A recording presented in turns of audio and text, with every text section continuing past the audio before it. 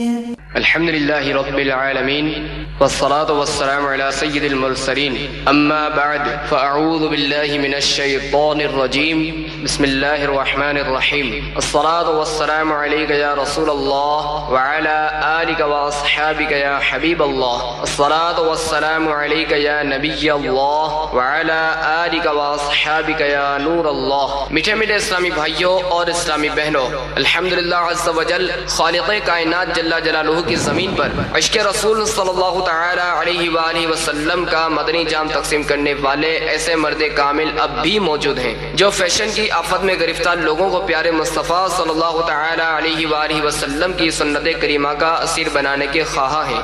یہ اللہ عز وجل کا خاص کرم ہے کہ اس نے ہمیں اس پرفتن دور میں تبلیغ قرآن و سنت کی عالمگیر غیر سیاسی تحریک دعوت اسلامی کا مدنی ماحول اور شیخ طریقت امیر اہل سنت ابو بلال حضرت علامہ مولانا محمد الیاس افطار قادری رضوی دامت برکاتہم العالیہ جیسے ولی کامل کی صحبت باطر سے نوازا۔ یقیناً امیر اہل سنت دامت برکاتہم العالیہ ان عظیم ہستیوں میں سے ایک ہیں جن کی مخلصانہ جد و جہد کی برکت سے ہزاروں نہیں بلکہ لاکھوں مسلمان بالخصوص نوجوان برائیوں سے تائب ہو کے نیکیوں کی راہ پر گامزن ہو چکے ہیں۔ الحمدللہ عز وجل بلا مبالغہ امیر اہل سنت دامت برکاتہم العالیہ نے اپنے سنتوں پر بیانات کے ذریعے لاکھوں مسلمانوں کے دلوں میں مدنی انقلاب برپا کر دیا۔ لہذا تمام اسلامی بھائی اور اسلامی بہنیں اس بیان کو توجہ کے ساتھ سماعت فرمائیں۔ الحمدللہ رب العالمین والصلاة والسلام علی سید المرسلین اما بعد فاعوذ باللہ من الشیطان الرجیم بسم اللہ الرحمن الرحیم والصلاة والسلام عليك يا رسول الله وعلى آلك وأصحابك يا حبيب الله الصلاة والسلام عليك يا نبي الله وعلى آلك وأصحابك يا نور الله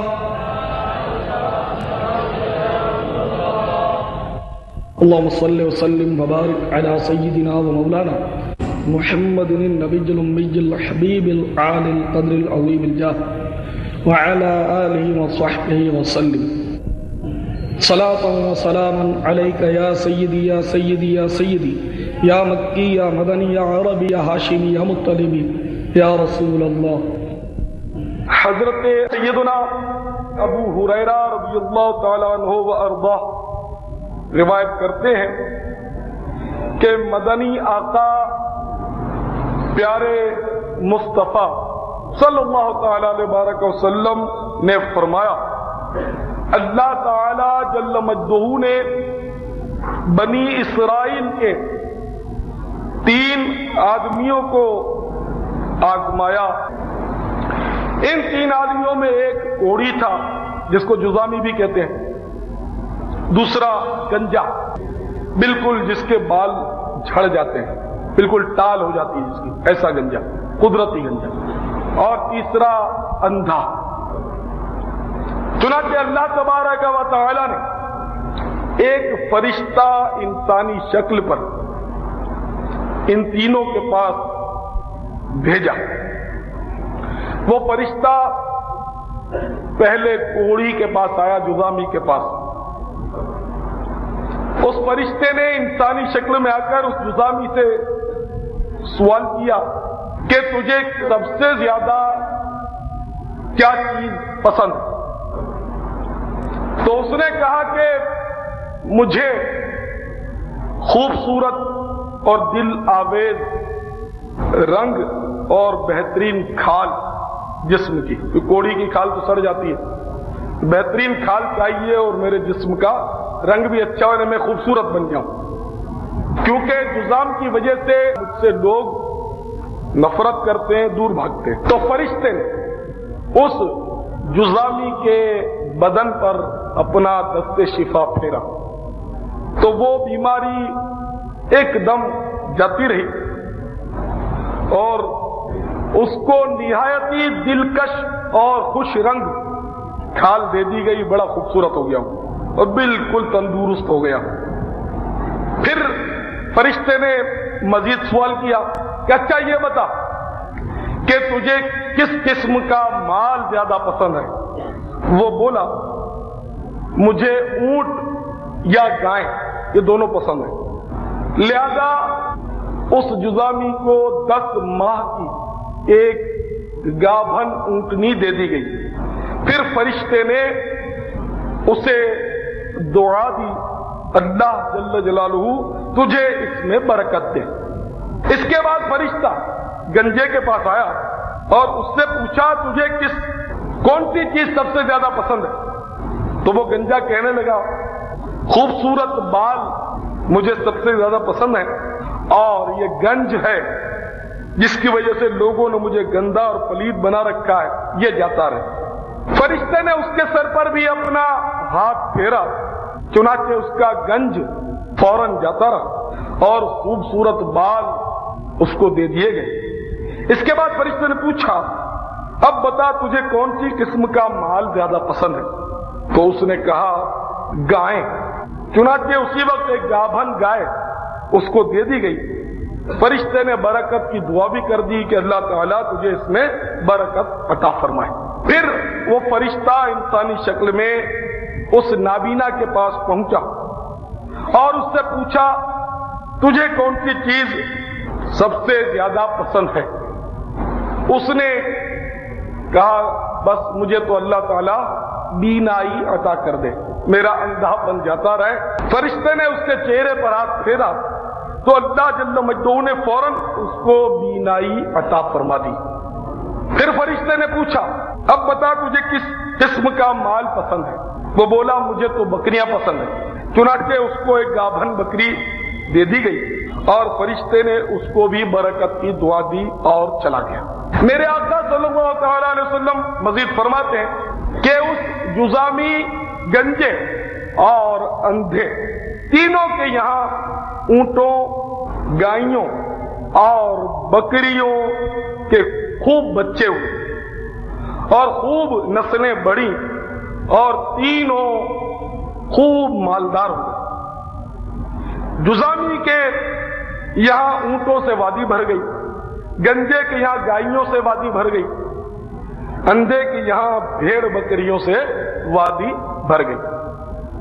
اب وہی فرشتہ اب جذامی کی شکل پر متشکل ہو کر امتحاناً جذامی کے پاس آیا، جذامی کی شکل میں ہو کر جذامی کے پاس آیا اور اس نے اس طرح سوال کیا میں ایک مسکین محتاج مسافر ہوں، سفر کو جاری رکھنے کے وسائل سے بالکل محروم ہو گیا ہوں، اب میرا سہارا اللہ تعالی کے سوا کوئی نہیں۔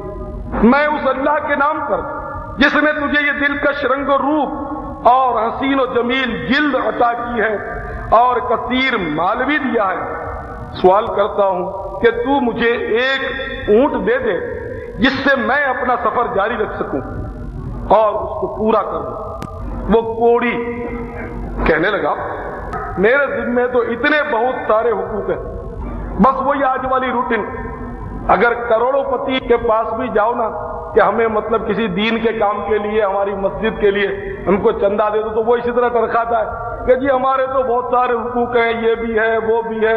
ارے بلکہ ایسے بیوقوف لوگ دیکھے جو حج کے لیے اس لیے نہیں جاتے، کہتے ہیں ہماری جوان لڑکی بیٹی ہے، جوان لڑکا بیٹا ہے، اللہ کو پتا زندگی کا کیا بھروسہ ہے، وہ پھر وہ مدینے نہیں جاتے، بولتے ہیں ہمارے یہ حقوق وہ حقوق۔ یہ شیطان اسے جکڑ لیتا ہے مال کی محبت میں۔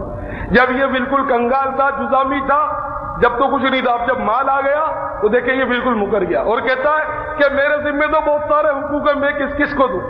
تو وہ فرشتہ کہنے لگا میں تجھے جانتا پہچانتا ہوں، تو وہی جذامی نہیں ہے جس کو لوگ اچھوت سمجھتے تھے، پلید سمجھتے تھے، اور تو کوڑی کوڑی کو محتاج نہیں تھا۔ پھر اللہ تعالیٰ نے تجھے یہ صحت، حسن و جمال اور مال عطا کیا۔ تو جذامی بولا میں تو باپ دادا سے ایسا ہی ہوں۔ فرشتہ بولا اگر تو جھوٹ بول رہا ہو تو خدا تجھے پھر ویسا ہی بنا دے جیسا کہ تو تھا۔ اس کے بعد فرشتہ گنجے کے پاس گنجے ہی کی شکل پر متشکل ہو کر پہنچا اور وہی سوال اسی طرح کیا جس طرح جزامی سے کیا تھا، تو اس نے بھی جزامی کی طرح ٹال مٹول کر دی۔ اس پر فرشتے نے بھی اس کے جواب میں وہی بددعا دی جو جزامی کو دی تھی کہ اگر تو جھوٹ بول رہا ہو تو خدا تجھے ویسا ہی کر دے جیسا پہلے تھا۔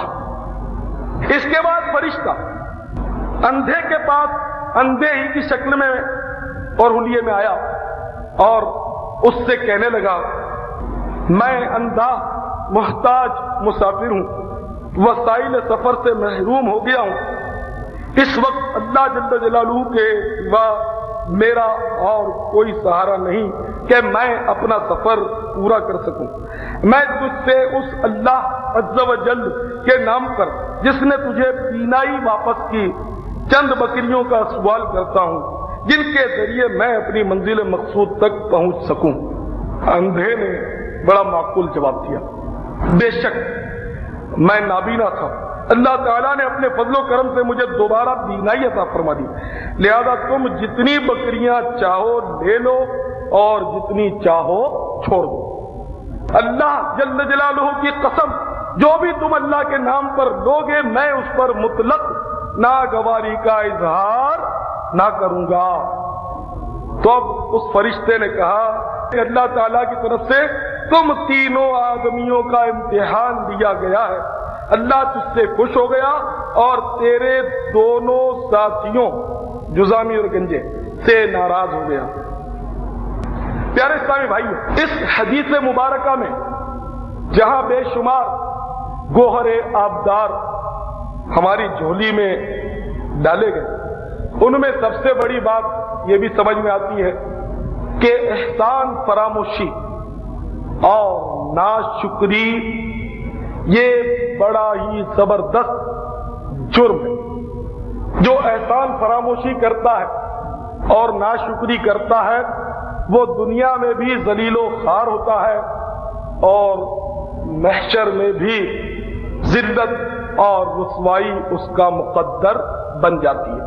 آپ نے دیکھا کہ جزامی اور کوڑی جو پہلے بہت ہی تکلیف میں تھے، جب انہیں راحت ملی تو یہ اللہ کو بھول گئے اور انہوں نے اللہ کی راہ میں دینے سے انکار کر دیا اور جھوٹ کا بھی سہارا لیا، تو آخر کار وہ ذلیل ہو گئے۔ اور آج کل بھی بدقسمتی سے اگر کوئی کسی سے سوال کرے کسی نیک کام کے لیے، یہ عام مشاہدہ ہے، تو لوگ بالکل جھوٹ بولتے ہیں سراسر۔ ایک تو ہوتا ہے کہ صاحب میں نہیں دیتا، لیکن جھوٹ بولتے ہیں، میرے پاس گنجائش نہیں ہے، میرے پاس نہیں ہے، میرے یہ مسئلے، میرے وہ مسئلے، یوں اس طرح مطلب ہے کہ کئی جھوٹ مطلب بول کر وہ اگلے کو مطلب ٹال مٹول، یہ نہیں سوچتے کہ اللہ تعالیٰ نے مجھے دیا اور میں دے سکتا ہوں تو کیوں نہ، جبکہ دینے کی جگہ تو میں دے دوں۔ اور جب کوئی اگلا مطلب ہے کہ دینے والا مطمئن نہ ہو کہ یہ جو ہے یہ فراڈ کرے گا، نہیں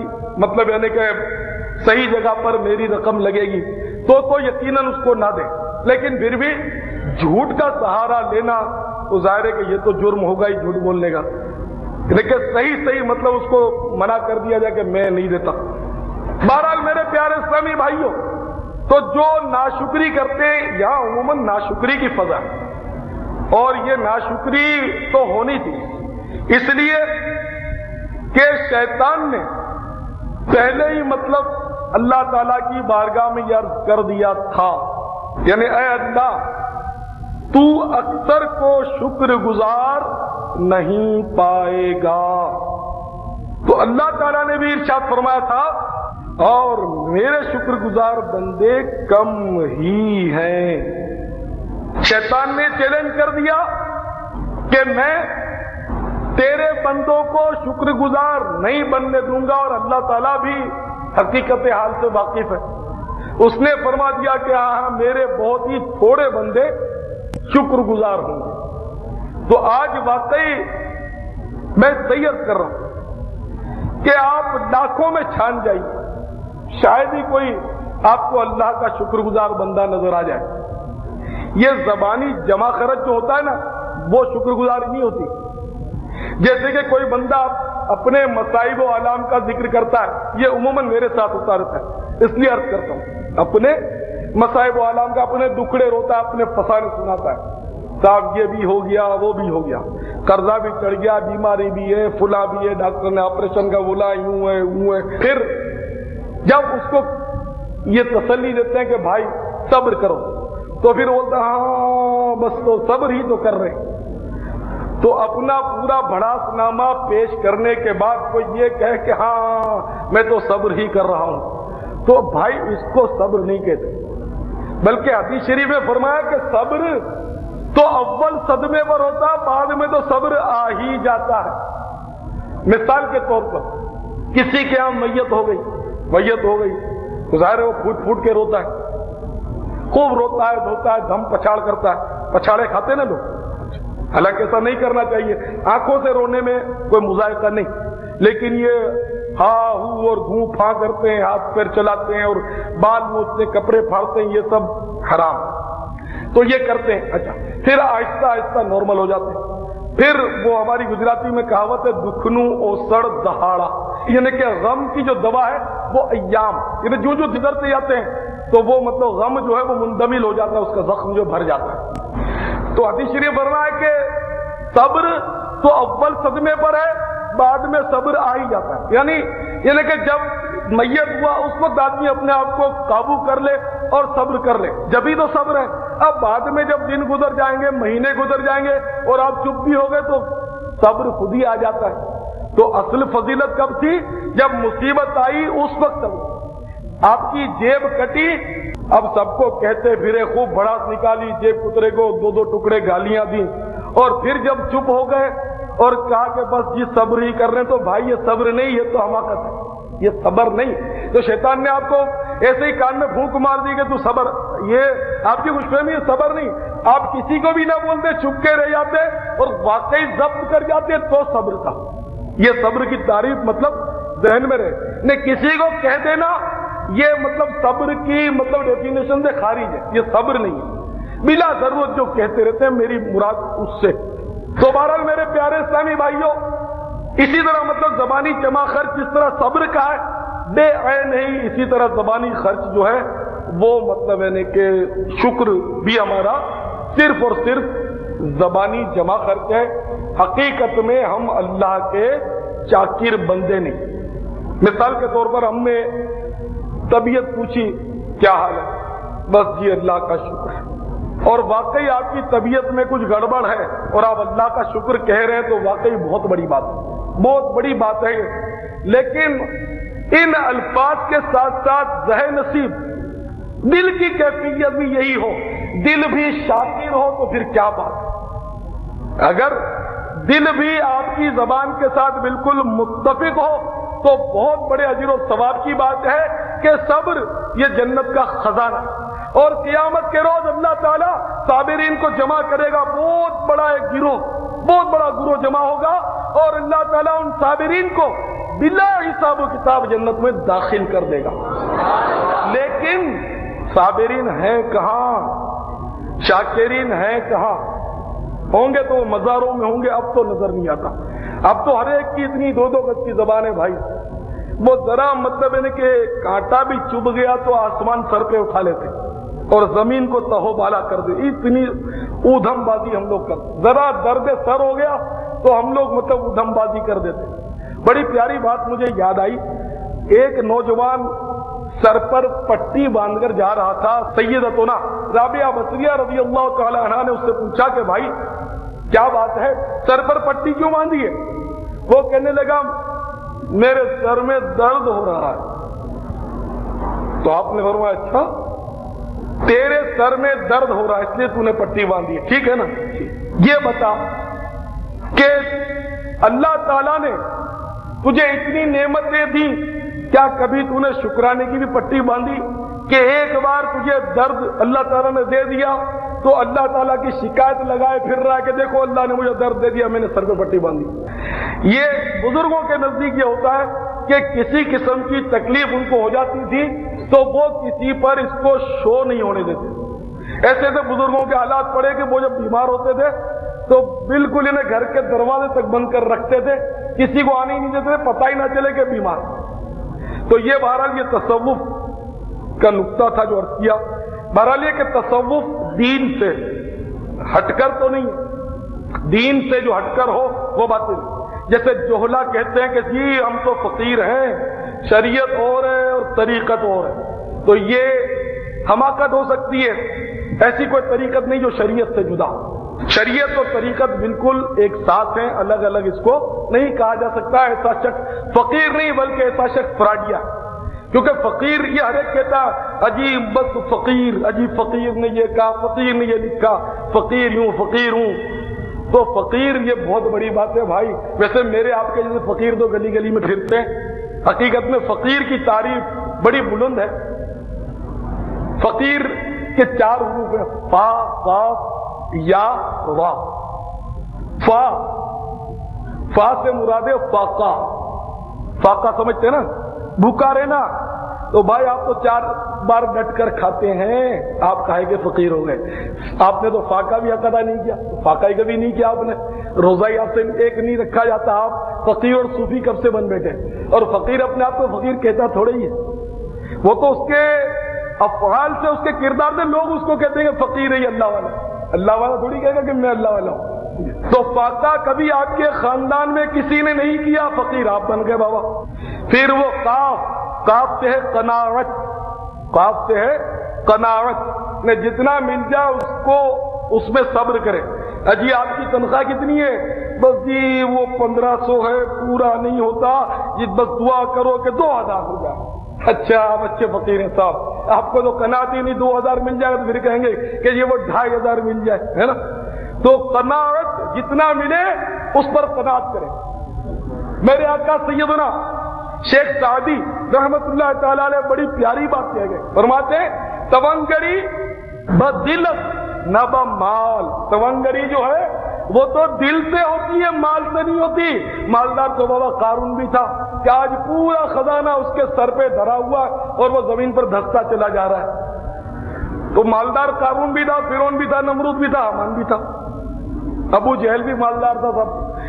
تو میرے بھائیوں, مالدار وہ مطلب تونگر وہ نہیں کہ جو پیسوں والا. پیسہ یہ وجہ شرافت نہیں, وجہ فضیلت نہیں پیسہ, بلکہ یہ پیسہ یہ تو سانپ اور بچھو ہیں. بزرگوں کا فرمانا ہے کہ دولت جو ہے, روپیہ پیسہ, دولت درہم دینار, سانپ اور بچھو ہیں. اس کو تو وہی ہاتھ لگائے جو سانپ اور بچھو اتارنے کا منتر جانتا ہو. بات آپ کو عجیب سی لگتی ہوگی, آپ تو یہ خواہش لے کر بیٹھے ہوں گے کہ راتوں رات 5 لاکھ کا باندھ لگ جائے, ہے نا. تو اس طرح مطلب یہ کہ راتوں رات آپ تو چکر میں ہوں گے کہ مالدار بن جائے. اور یہ کیا میں کہہ رہا ہوں, امام محمد غزالی رحمۃ اللہ علیہ بزرگوں کا قول نقل کرتے ہیں کہ مال جو ہے, دولت, درہم و دینار, یہ تو سانپ اور بچھو ہیں. اس کو تو وہی ہاتھ لگائے کہ جو ان کے اتارنے کا منتر جانتا ہو. تو کسی نے عرض کیا کہ حضور ان کا اتارا کیا, ان کا منتر کیا ہے؟ تو آپ نے فرمایا کہ اس بزرگ نے فرمایا کہ اس کا منتر یہ ہے کہ حلال طریقے سے حاصل کرے, حلال طریقے سے حاصل کرے اور موقع محل پر اس کو خرچ کرے. یہ ہے اس کا منتر. تو جناب والا تو حلال طریقے سے تو پتہ نہیں کون حاصل کرتا ہوگا, کرتے تھے اتنا پتہ ہے, اب کرتا ہے اس کو تو ہم نہیں جانتے. آج تو سبھی جناب جتنے بھی مالدار ہیں وہ ٹیکس کی چوریاں کرتے ہوں گے, رشوت بازاریوں اور سود کی لون اور پتہ نہیں کیا کیا ہوتا ہے. اللہ تعالیٰ ہمارے حال زار پر رحم و کرم فرمائے. تو بہرحال یہ کہ منتر اب کوئی نہیں جانتا, تو اس لیے مطلب یہ کہ جتنا یہ سانپ اور بچھو کا ذخیرہ کم ہو اتنا یہ اچھا ہے. تو بہرحال میں عرض کر رہا تھا کہ تونگری بدلت نہ بمال, بزرگی بعقلت نہ بسال. اور بزرگی بھی جو ہے وہ میرے بھائیوں عقل سے ہوتی ہے, علم سے ہوتی ہے, عمل سے ہوتی ہے, نہ کہ عمر سے. کہ صاحب عمر رسیدہ ہے وہی بزرگ ہے, سفید بال ہو گئے, کمر جھک گئی اور 2 ٹکڑے گالیاں بھی دے رہے ہیں اور پھر بھی بزرگ ہیں. تو یہ بزرگ نہیں ہوتے. بزرگ ہے وہ مطلب علم و عمل سے ہو, عقل مندی سے ہوتا ہے. سمجھے میرے بھائی؟ تو بہرحال یہ کہ اب فی زمانہ شکر گزار بندہ تلاش کرنا بڑا مشکل ہے. آؤ میں تمہیں اللہ کا کلام سناتا ہوں کہ واقعی قرآن عظیم میں بھی کچھ اسی طرح ذکر ہے. سورہ عادیات میں اللہ تبارک و تعالی ارشاد فرماتا ہے، یہ ترجمہ میں کنز الایمان شریف کا آپ کو سنا رہا ہوں جو امام اہل سنت رحمۃ اللہ علیہ نے کیا ہے. اور قرآن شریف کا ترجمہ اگر آپ خرید فرمائیں صرف اور صرف کنز الایمان ہی خریدیے گا. چنانچہ اللہ تبارک و تعالی ارشاد فرما رہا ہے، قسم ان کی جو دوڑتے ہیں سینے سے آواز نکلتی ہوئی. اس سے مراد وہ غازیوں کے گھوڑے. پھر پتھروں سے آگ نکالتے ہیں سم مار کر، پھر صبح ہوتے تاراج کرتے ہیں، پھر اس وقت غبار اڑاتے ہیں، پھر دشمن کے بیچ لشکر میں جاتے ہیں. غازیوں کے گھوڑوں کی قسم اللہ تعالیٰ یاد فرما رہا ہے. دیکھیے ہم لوگ قسم کیا کرتے ہیں؟ ہم لوگ قسم کھاتے ہیں. ہم لوگ قسم کیا کرتے ہیں؟ تو کھاتے ہیں نا قسم، کہ خدا کی قسم کھا کر کہتا ہوں کہ الحمدللہ میں مسلمان ہوں. میں کنز الایمان کا اسی لیے آپ کو مشورہ دیتا تھا. تو اعلیٰ حضرت رحمۃ اللہ علیہ نے ترجمے میں بڑی احتیاط فرمائی. اعلیٰ حضرت رحمۃ اللہ علیہ جب قسم کی بات آتی ہے اللہ تعالیٰ کے معاملے میں تو اس طرح مطلب قسم کھائی کا ترجمہ کرتے ہیں قسم یاد فرمائی. قسم یاد فرمائی. تو بہرحال میرے پیارے اسلامی بھائیوں، اللہ تبارک و تعالیٰ نے غازیوں کے گھوڑوں کی قسم یاد فرمائی. 5 آیتوں میں غازیوں کے گھوڑے کی صفات اللہ تعالیٰ نے بیان فرمائی جو ابھی میں نے آپ کو ترجمے میں سنائی. اور پھر اللہ تعالیٰ نے کیا فرمایا؟ غازیوں کے گھوڑے کی قسم یاد فرمانے کے بعد اللہ تعالیٰ نے فرمایا ان الانسان لربہ لکنود، بے شک آدمی اپنے رب عز و جل کا بڑا ناشکرا ہے. آ گئی نا بات میں؟ بے شک آدمی اپنے رب جل جلالہ کا بڑا ناشکرا ہے. وَإِنَّهُ عَلَى ذَلِكَ لَشَهِيدٌ، اور بے شک وہ اس پر خود گواہ ہے. اپنی ناشکری پر وہ خود گواہ ہے. کیسے؟ اپنے افعال کے ذریعے، اپنے کردار کے ذریعے، اپنے کرتوتوں کے ذریعے وہ خود گواہ ہے. جیسے میں نے عرض کیا کہ ہم زبان سے تو کہتے ہیں اللہ کا شکر ہے، ہاں جی بس صبر کرتے ہیں اور پوری بھڑاس ہم بھری بھی نکال بھی دیتے ہیں، اندر نہیں رہنے دیتے. تو ایسا ہی ہمارا شکر ہے. اگر شکر ہوتا تو ہم اتنی بھاگ دوڑ نہ کرتے، اتنی مارا ماری نہ کرتے جتنی ہم کر رہے ہیں. تو صحیح معنوں میں نہ ہم صبر کرتے ہیں نہ شکر کرتے ہیں. تو اللہ تبارک و تعالیٰ نے جو ہمارے دلوں کے حال جانتا ہے اس نے ارشاد فرما دیا ان الانسان لربہ لکنود وَإِنَّهُ عَلَى ذَلِكَ لَشَهِيدٌ، بے شک آدمی اپنے رب جل جلالہ کا بڑا ناشکرا ہے اور بے شک وہ اس پر خود گواہ ہے. اور بے شک وہ مال کی چاہت میں ضرور کر رہا کہ انسان بے شک ناشکرا ہے اپنے پروردگار کا اور اپنے کرتوتوں کے ذریعے خود اس پر گواہ بھی ہے، لیکن بے شک وہ مال کی چاہت میں بڑا کر رہا ہے. اگر یہ کہہ دیا جائے کسی کو کہ بھائی آپ آج رات کو 1000 درود شریف پڑھ لو، تو 1000 درود شریف کے فضائل کو آپ کو پتہ ہے، ایک درود شریف کی فضیلت 10 رحمتیں، 10 گناہ معاف ہونا، 10 درجات بلند ہونا. 2 گریڈ کے لیے تعویذ کے لیے لوگ آتے ہیں کہ 17 گریڈ ہے جی کوئی ایسا وظیفہ بتا دو تو ساڑھا 19 گریڈ بن گیا ہے نا. 19 گریڈ 2 گریڈ کے لیے جھک مارتے ہیں، تعویذ کے لیے بھاگتے ہیں، وہ بھی لائن بھی رشوت خوروں کی. آپ کو پتا ہے گریڈ تو عموماً ان میں ہوتے ہیں، آپ سمجھتے ہیں میری بات. پھر بھی تعویذ دے دو، وظیفہ دے دو.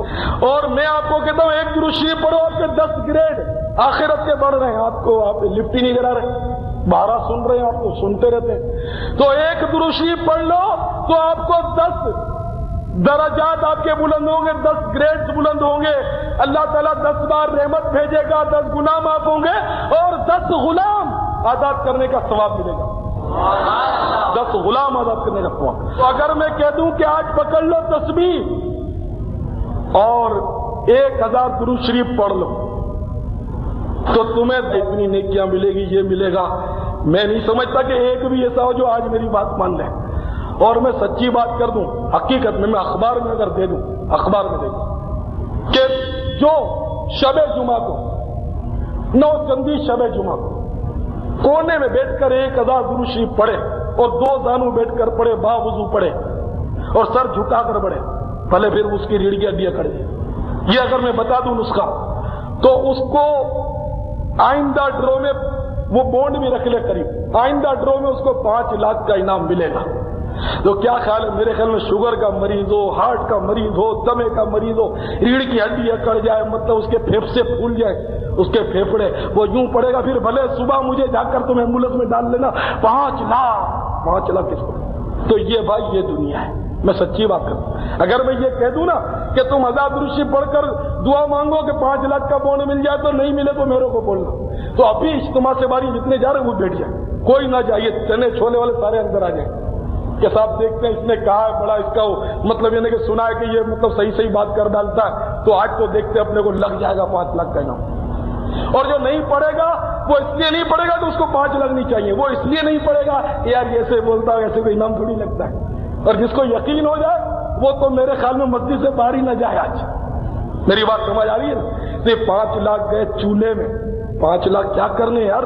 یہ 5 لاکھ والوں کو ڈاکو جلدی اٹھا جاتے ہیں، تو نہیں پتا جتنے بانڈ بیچنے والے ہوتے اکثر اخبار میں آتا کہ گولی مار کے ڈاکو لے لیتے، بینک والوں کو گولی مار کے ڈاکو نوٹیں اٹھا جاتے ہیں، تو غریبوں کو ذرا کم ہی گولی مارتے ڈاکو، بول میں مار دیں، رونگ نمبر ہو یا تو الگ ہے، ورنہ نہیں مارتے، قصدن نہیں مارتے۔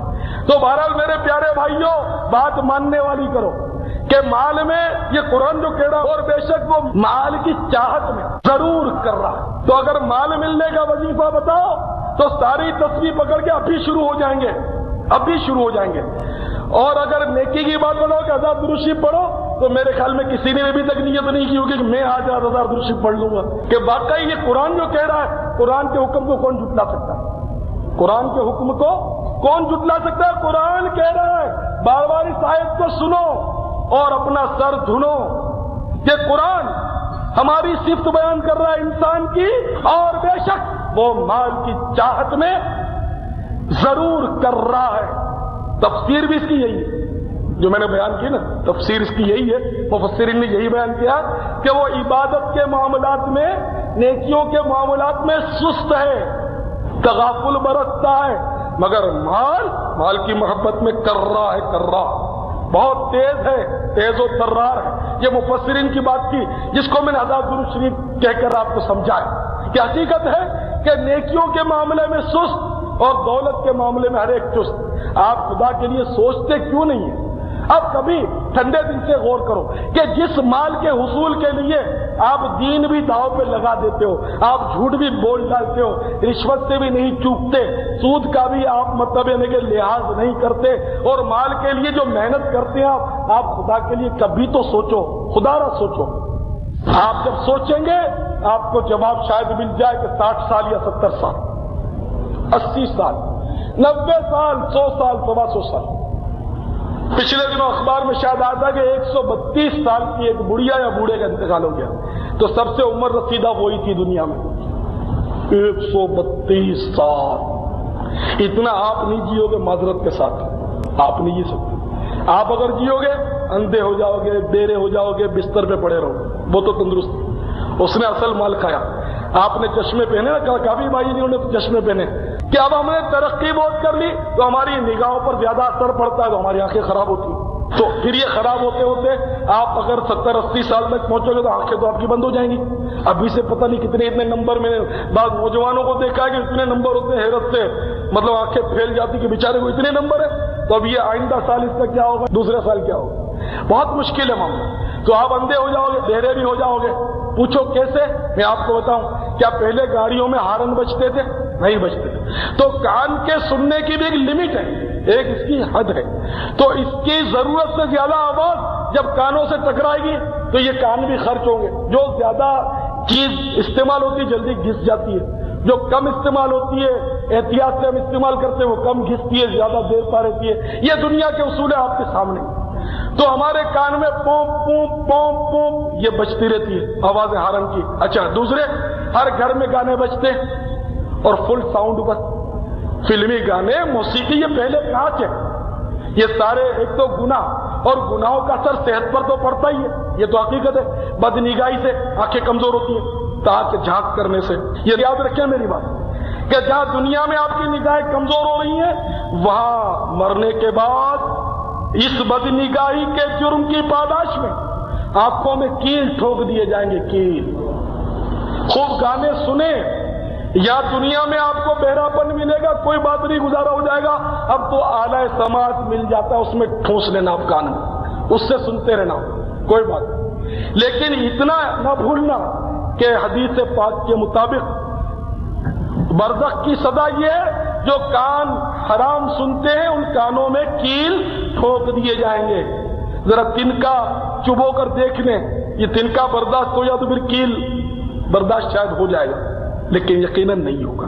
میں آپ کو سمجھانے گا.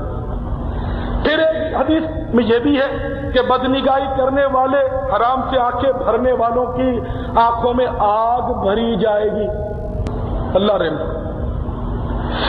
بہرحال اللہ تعالی مزید ارشاد فرماتا افلا يعلم اذا بعثر ما في القبور وحصل ما في الصدور ان ربهم بهم يومئذ لخبير. تو کیا نہیں جانتا جب اٹھائے جائیں گے جو قبروں میں ہیں اور کھول دی جائے گی جو سینوں میں ہے، بے شک ان کے رب جل جلالہ کو اس دن ان سب کی خبر ہے. تو میرے پیارے اسلامی بھائیوں، آپ اپنا کوئی مطلب یعنی کہ زندگی کا حساب لگا لیں. میرا یہ ناقص مشورہ ہے، ایک ٹارگیٹ اپنا رکھ لیں، زندگی کا حساب لگا لیں کہ دنیا میں اتنا جیوں گا. اگر آپ نے 60 بھی لگائے، دیکھو اب ہم لوگ عموماً ایک عام جو ایوریج ہے آرام کی وہ 8 گھنٹے ہوتی ہے. کوئی 6 گھنٹے بھی سوتا ہوا، کوئی 9 گھنٹے بھی سوتا ہوا، ایوریج مطلب 8 گھنٹے ہوتی ہے، 7-8 گھنٹے. تو 60 سال بھی کوئی جیے تو روز کے 8 گھنٹے اگر نیند اس کی آپ نکالو تو 20 سال تک تو وہ سویا رہے گی. 24 میں 8 تو 1/3 ہوا نا، تو 60 سال کے ہو گئے 20 سال. تو 60 سال کی زندگی گزارنے والے کے 20 سال تو میرے بھائی بستر میں ہی گزر گئے. باقی ایکٹیویٹیز کے لیے، سرگرمیوں کے لیے رہ گئے 40 سال. ان 40 سالوں میں آپ دیکھ لیں کیا کرتے. پھر قبر میں کتنا رہنا، اس کا بھی ابھی آپ ایک حساب لگا لیں. قبر میں کتنا رہنا ہے آپ اس کا بھی حساب لگا لیں. میں 1.5-2 سال کی عمر کا تھا، میرے والد صاحب انتقال کر گئے. ابھی تک ہمارے گھر نہیں ہے. میں چھوٹا تھا، کھیلتا تھا، نانی کا انتقال ہو گیا، وہ بھی کبھی نہیں آئے ہمارے گھر. اور کہتے ہیں کہ میرے کوئی دادا جان بھی ہوا کرتے تھے جو ہمارے کتیانے میں جوناگڑھ اسٹیٹ، وہیں انتقال کر گئے، تو وہ بھی کبھی ہمارے گھر نہیں آئے. تو میرے والد صاحب کے انتقال کو تقریباً بھی میرے خیال میں 26-27 سال ہو گئے، ابھی تک نہیں آئے. اور دادا جان کو تو پھر ظاہر ہے کہ 50 سال 40-50 سال ہو گئے ہوں گے، وہ بھی نہیں آئے. طے ہے کہ ان کا بھی کوئی والد تھا، وہ بھی دنیا سے چلا ہی گیا ہوگا ظاہر ہے. اچھا، اس طرح صدیوں ہزاروں سال کا ایک حساب آپ کو بتا رہا ہوں. سوچے، فکر کی ایک مطلب ہے کہ عادت بنائیں کہ جو اتنے لوگ دنیا سے گئے لوٹ کر ایک بھی نہیں آیا، صدیوں ہزاروں سال سے وہ قبروں میں ہے، تو اسی طرح موت ہمیں بھی آئے گی. تو ہم پتہ نہیں قبر میں کتنے سال رہیں گے، تو اتنا عرصہ قبر میں رہنا ہوگا. جی ہاں، پھر آپ اپنے مل پر نہیں آ سکو گے. جی ہاں، کارخانے بھی نہیں جا سکو گے. جی، تفریح گاہ بھی نہیں، تاش کی گڈی کو بھی ہاتھ نہیں لگانے دیں گے آپ کے. آپ VCR پر فلم بھی نہیں دیکھ سکو گے. تب سوچ لو، جب قبر میں جاؤ گے تو آپ کو کفن ٹیرلین کیٹی 4000 نہیں، وہی آپ کو کفن ہم دیں گے کوڑے لٹھے کا جو فٹ پاتھ سے جو لاوارث اٹھا کر دفن کی جاتے ان کو دیتے وہی آپ کو ملے گا معذرت کے ساتھ، کیونکہ آپ نے مال جو کمایا جس میں آپ بہت کر رہے ہیں، قرآن شریف نے جیسا کہ آپ کا تعارف کرایا وہ تو آپ نے اپنی اولاد کے لیے کمایا، اپنے لیے تھوڑی کمایا، آپ کو تھوڑی کام آئے گا۔ آپ کا تو جتنا پیٹ تھا اتنا کھایا، جتنا تن تھا اتنا پہنا۔ میرے آقا میرے مدنی مصطفیٰ پر اللہ تعالیٰ کروڑوں رحمتیں نازل فرمائے، میرے آقا صلی اللہ علیہ وسلم نے بالکل سچ فرما دیا۔ انسان کہتا ہے میرا مال میرا مال، اس کے تو تین مال ہیں۔ پہلا مال اس نے کھا کر، پہلا مال اس نے کھا کر ہضم کر لیا، دوسرا مال اس نے پہن کر پرانا کر لیا، تیسرا مال اس نے آگے کو چلتا کر دیا، اللہ کی راہ میں دے کر آگے کو چلتا کر دیا۔ یہ تین مال اس کے، باقی رہا دوسرا جو بقیہ مال وہ تو اس کے وارثوں کا، وہ گلچھرے اڑائیں گے۔ اے کاش اپنی اولاد کو قرآن پڑھا کر گئے ہوتے، اے کاش اپنی اولاد کو دین کا مبلغ بنا کر گئے ہوتے، اے کاش اپنی اولاد کو نمازی بنا کر گئے ہوتے تو پڑھ کر کچھ دعا کر دیتی، آپ کے لیے ایصال ثواب کا سبب ہوتا کہ نیک اولاد جو چھوڑ کر دنیا سے جاتا ہے وہ نیک اولاد اس کے لیے ثواب جاریہ کا سبب ہوتی ہے۔ لیکن آج نیک اولاد کون چھوڑے؟ ارے نیک اولاد چاہیے کس کو؟ آج اولاد کی دعا سبھی مانگتے ہیں کہ یا اللہ مجھے اولاد دے دے، بھائی صاحب مجھے کوئی تعویذ دے دو مجھے اولاد ہو جائے۔ نیک اولاد کوئی نہیں مانگتا۔ جس طرح لوگ کہتے ہیں کہ صاحب بے روزگاری ختم ہو جائے، روزی مل جائے، حلال روزی کوئی نہیں مانگتا۔ شیطان نے زبان جکڑ لی، لگام ڈال دی، دماغ پر تالے پڑ گئے، سوچ کسی کی نہیں، سوچ نہیں کہ روزی مانگے تو حلال روزی مانگے، اولاد مانگے تو نیک اولاد مانگے۔ نیک اولاد کون مانگے؟ نیک اولاد کی ضرورت کس کو ہے؟ اولاد تو ہمیں وہ چاہیے جو ہمیں دنیا کا مال کما کر دے، اولاد تو وہ چاہیے جو اپ ٹو ڈیٹ ہو۔ آج اگر اولاد نیک بننے لگ جائے تو قیامت قائم ہو جاتی ہے۔ کیا نیک بننے دیتا ہے کہ اولاد کو جو دعا مانگے کہ میری اولاد نیک ہو جائے، تمہاری اولاد نیک ہو جائے؟ آؤ ہم کہتے ہیں نیک ہو جائے گی انشاءاللہ، بھیج دو دعوت اسلامی اجتماع میں۔ نہ بابا ہم اس کو مولوی نہیں بنائیں گے، ہم ملا نہیں بنائیں گے۔ جناب آپ کلمہ کون سا پڑھتے ہیں؟ تو پھر آپ سناتے ہیں لا الہ الا اللہ محمد الرسول اللہ صلی اللہ تعالی علیہ وسلم، نہیں کوئی معبود مگر اللہ، محمد صلی اللہ تعالی علیہ وسلم اللہ کے رسول ہیں۔ اب بھائی ہم جس کا کلمہ پڑھتے ہیں، آپ جس کا کلمہ پڑھتے ہیں، ہم آپ کی اولاد کو اسی کی سنتیں سکھائیں گے۔ ان کو پتا ہے کہ یہ پھٹ کر کے کہیں گے کہ جی 5 وقت نماز پڑھا کرو، فجر میں بھی اٹھا کرو، لیکن ہمارا بچہ 12 بجے تک بیچارہ محنت کرتا ہے، دن کو وہ نوکری کرتا ہے، رات کو گھر میں 12 بجے تک 1 بجے تک اسٹڈی کرتا ہے، اگر فجر میں وہ اٹھ گیا 5 بجے میں جماعت سے نماز پڑھنے کے لیے بیمار ہو جائے گا۔ نہیں بابا دعوت اسلامی بچہ نہیں جائے گا، ہم فجر میں نہیں اٹھنے دیں گے اس کو، میں سید کر رہا ہوں نہیں اٹھنے دیں گے۔ ایسے نالائق لوگ موجود ہیں اس دنیا میں جو نہیں اٹھنے دیں گے، اور ایسے نالائقوں کی تو کمی نہیں کہ جو اپنے بچوں کو دین سے روکتے ہوں۔ خدا کی قسم سرکار کی داڑھی مبارک کو نہیں رکھنے دیں گے۔ ارے تمہیں کیا ہو گیا؟ وہ دھمکی دیتا ہے خبردار اگر تم نے داڑھی رکھی، اچھا بیٹا تم نے رکھ لی تو رات کو سوئے گا تو صحیح نا، دیکھ پھر کیا کرتے ہیں۔ خدا کی قسم سے کیس آتے ہیں، خطوط آتے ہوں کہ رات کو سوتے میں ان کی داڑھی کاٹ دی۔ ابھی پنجاب سے خط آیا میرے کو بیچارے گا، میں لکھا تھا کہ فلاں بھائی پر کہ بڑا ظلم ہو گیا، فلاں تاریخ اس کی ماں نے اس کو پکڑا اور جکڑا اور اس غریب کی داڑھی بھی کاٹی گئی، اس کی زلفیں بھی کاٹی گئی۔ ہائے آج سنت مظلوم ہو گئی، آج دین پر چلنے والا مظلوم بن گیا۔ آہ اسلام تیرے چاہنے والے نہ رہے جن کا تو جان تھا، افسوس وہ حالے نہ رہے۔ قیامت کے دن اللہ تبارک و تعالی حکم دے گا کہ جنتیوں اور جہنمیوں کو الگ الگ کیا جائے، تو عرض کی جائے گی یا اللہ کتنوں کو کتنوں سے الگ کیا جائے؟ تو اعلان باری ہوگا میرے پیارے بھائیوں ڈر جاؤ، اللہ تعالیٰ فرمائے گا کہ 1000 میں سے 999 جہنمیوں کو نکال دو۔ اب بتائیے آپ تو میرے پیارے اسلامی بھائیوں، واقعی آج مسلمان دین سے کس قدر برگشتہ ہو گیا، کس قدر دین سے دور بھاگتا چلا جا رہا ہے۔ پھر بھی یہ خوش فہمی میں اپنے آپ کو اچھا سمجھتا ہے، یہ نماز نہیں پڑھتا، یہ داڑھی نہیں رکھتا، یہ جھوٹ بولتا ہے، رشوت لیتا ہے، سب کچھ کرتا ہے، پھر بھی اپنے آپ کو سمجھتا ہے کہ میں اچھا آدمی۔ میرے بھائیوں آؤ میں آپ کو بنی اسرائیل کے ایک عالم کا واقعہ بتاتا ہوں۔ وہ عالم صاحب